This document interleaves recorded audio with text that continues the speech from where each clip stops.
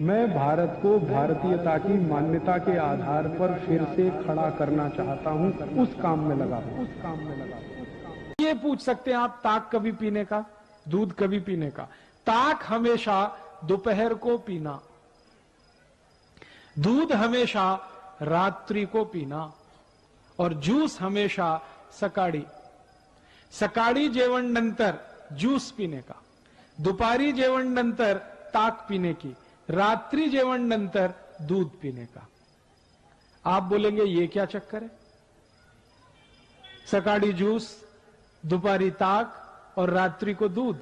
बात ऐसी है, हम जो भी कुछ पीते और खाते हैं, हमारे पोट में उसको हजम करने के लिए, पाचन करने के लिए कुछ रस की जरूरत पड़ती है, जिसको अंग्रेजी भाषा में एंजाइम्स कहते हैं. वो रस हमारे पोट में समय समय पर उत्पन्न होते हैं. ताक को पचाने के लिए, दही को पचाने के लिए जो रस चाहिए वो दोपहर को ही पोट में आता है ज्यादा.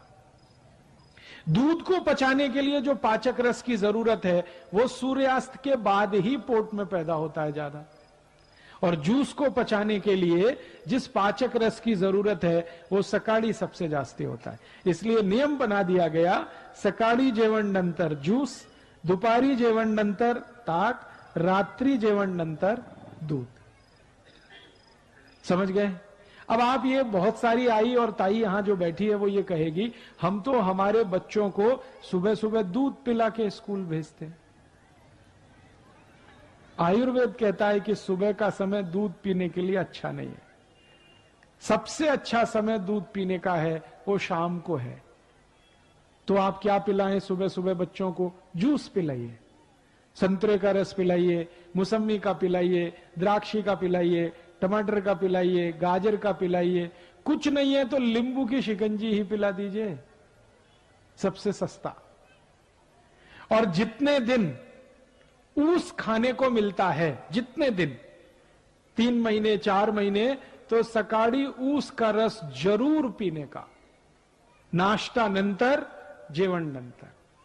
आप बोलेंगे इसमें क्या है? ये जो ऊस का रस है ये अद्भुत है. इसकी सबसे बड़ी विशेषता है कि इसमें भरपूर मात्रा में कैल्शियम है. और हमारे शरीर की ये जो हड्डियां होती हैं, इनको बनाने के लिए कैल्शियम सबसे जास्ती उपयोग में आता है.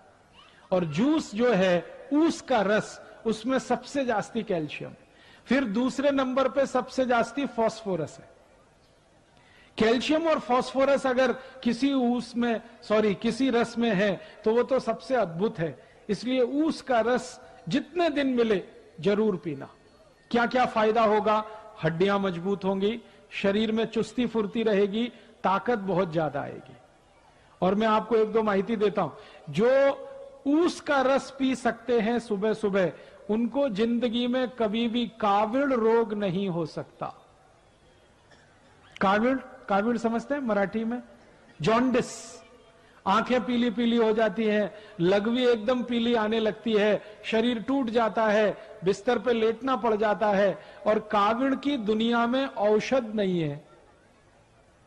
एलोपैथी के किसी भी डॉक्टर से पूछेंगे, वो कहेगा काविड़ की औषध नहीं है, ये तो अपने आप ही ठीक होता है. डॉक्टर कहेगा आराम करो 20 दिवस, 25 दिवस, 30 दिवस. लेकिन इस काविड़ को होने नहीं देना, इसकी सबसे बड़ी ताकत है ऊस के रस में. तो ऊस का रस पिया सुबह सुबह, बहुत अच्छा होता है. और मैं इसलिए भी कह रहा हूं ऊस का रस पीने को कि सारे के सारे भारतीय नागरिक रोज सकाळी 1 गिलास ऊस का रस पिए, तो भारत के जो शेतकरी ऊस उत्पन्न करते हैं वो सब श्रीमंत और कोटिपति हो जाए. आप बोलेंगे वो कैसे? अभी क्या होता है, जो शेतकरी ऊस उत्पन्न करते हैं वो सारा ऊस साकर कारखाने में जाता है. साकर कारखाना चलाने वाला तो कोटिपति और श्रीमंत हो जाता है, शेतकरी वहीं का वहीं रोडपति रह जाता है. मैंने संपूर्ण भारत का 3 बार प्रवास किया है, उत्तर, दक्षिण, पूरब, पश्चिम. जो भी शेतकरी ऊस उत्पन्न करते हैं सब गरीब हैं, रोडपति हैं. लेकिन उनके ऊस को साखर बनाने वाले जो श्रीमंत हैं और कोटिपति हैं, कारखाने के मालिक, वो सब उद्योगपति हैं। ये चक्कर क्या है? चक्कर बड़ा सीधा है। ऊस का भाव बहुत कम है, साखर का भाव बहुत जास्ती है। ऊस पैदा करने वाले शेतकरी को भाव कम ही है, लेकिन साखर बनाने वाले श्रीमंत को भाव सबसे जास्ती है। तो मेरा तो यह कहना है कि ऊस में से साखर बने, एक भी शेतकरी श्रीमंत नहीं हो सकता। अगर इसी ऊस का रस बिकने लगे और सारे भारतवासी पीने लगे, तो ऊस उत्पन्न करने वाला हर एक शेतकरी श्रीमंत होता है। और एक फायदा होता है, अगर ऊस का रस पिए ना, तो नपुंसकता की बीमारी कभी नहीं आती। मैं आपको एक छोटी सी माहिती देता हूं। अगर आपके घर में ऐसे कोई पति पत्नी हैं जिनका विवाह हो गया लेकिन बच्चे उत्पन्न नहीं हो रहे,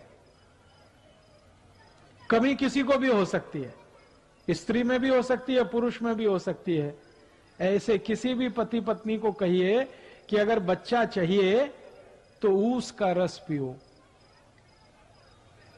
और क्या डालकर पियो? चूना डालकर पियो। चूना देखा है पान में जो लगाते हैं, वो चूना 1 ग्राम 1 गिलास ऊस के रस में मिला के 3-4 महीने से 5-6 महीने तक कोई भी पी ले, बड़े आराम से बच्चा हो जाएगा।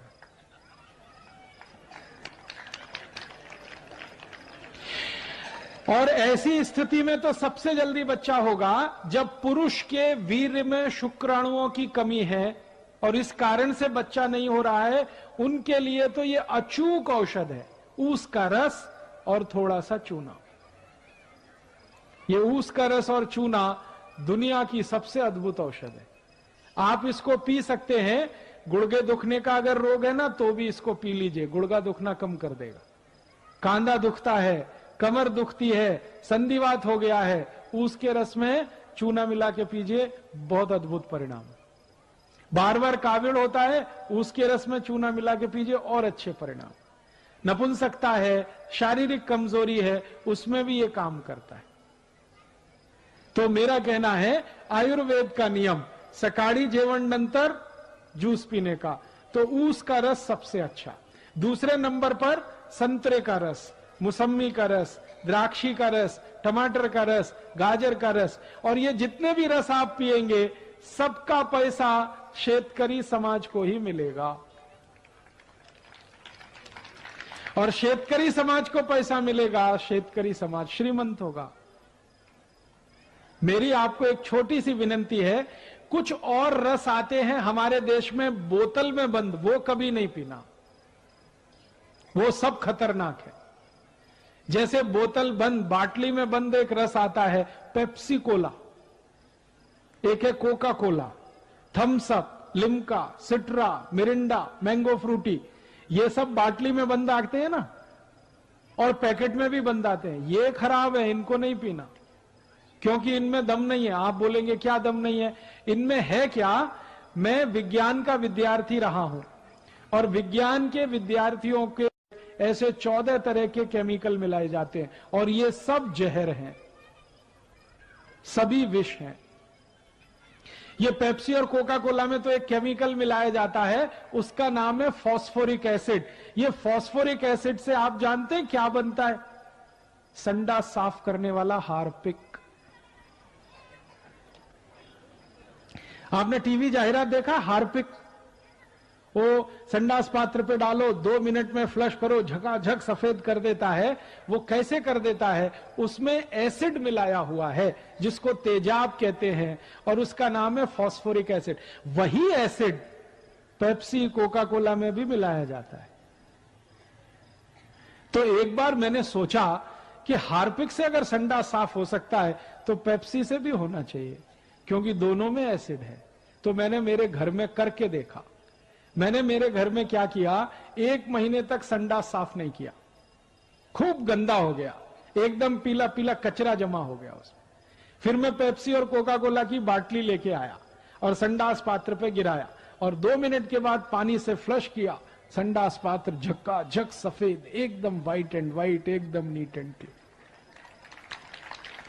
वो दिन से मैंने एक जाहिरात शुरू किया है, ठंडा मतलब टॉयलेट क्लीनर। ठंडा मतलब कोका कोला नहीं है, ठंडा मतलब टॉयलेट क्लीनर। अब मुझे बड़ा दुख होता है कि पढ़े लिखे श्रीमंत लोग ये टॉयलेट क्लीनर गटागट पीते रहते हैं। जास्ती एजुकेटेड जास्ती पीते रहते हैं। Engineer, doctor, chartered accountant, manager, professor सब संडा साफ करने वाला पानी पी रहे। किसी के लग्न प्रसंग में जाते हैं ना तो फोकट में मिलता है तो 2-2, 3-3 बाटली गटकते और पीने वाले घर में अकेले नहीं पीते, कोई मेहमान आ गया उसको भी पिलाते। एक तरफ कहते हैं अतिथि देवता होता है, देवताओं को इस संडा साफ करने का पानी पिलाते हैं। और कुछ अतिथि अपने घर में ऐसे आते हैं जो कहते हैं ठंडा लाओ, माने हमको संडा साफ करने का पानी पिलाओ। मेरी आपको हाथ जोड़कर विनती है, ये Pepsi, Coke, Thums Up, Limca, Citra नहीं पीना, क्योंकि इसमें एसिड है। वो एसिड पेट को जलाता है, एसिडिटी पैदा करता है। और सबसे तकलीफ की बात पता है क्या है? कि आप बाटली खरीदते हैं वो 10-12 रुपए की आती है, कारखाने में सिर्फ 70 पैसे की बनती है, वो 12 रुपए में आप खरीदते हैं। और ये पेप्सी, कोका कोला की बाटली विदेशी कंपनी की है, अमेरिका की कंपनी की है, वो भारत की नहीं है। तो आप अगर 12 रुपए की बाटली खरीदें, 70 पैसा खर्चा होता है, 11 रुपए 30 पैसे मुनाफा होता है परदेशी कंपनी को। उसमें से वो 1 रुपए 1.5 रुपए टैक्स का देके, फिर दुकानदार को 1-8 रुपए देके एक बाटली पर लगभग 8 से 8.5 रुपए कमा के अमेरिका ले जाते हैं। अगर एक बाटली पेप्सी कोला किसी ने पिया, 8 रुपए भारत देश का अमेरिका को दिया। 2 बाटली पिया 16 रुपए दिया, 3 बाटली पिया 24 रुपए दिया। दर वर्षी भारत में पेप्सी कोका कोला की 700 कोटी बाटली बिकती है और दर वर्षी भारत देश का 5,700 कोटी रुपए अमेरिका जाता है। 5,700 कोटी रुपए इतनी बड़ी रकम है कि अगर इससे सोना खरीद लिया जाए तो बीड़ जिले के एक गांव की सड़क सोने से बन सकती है।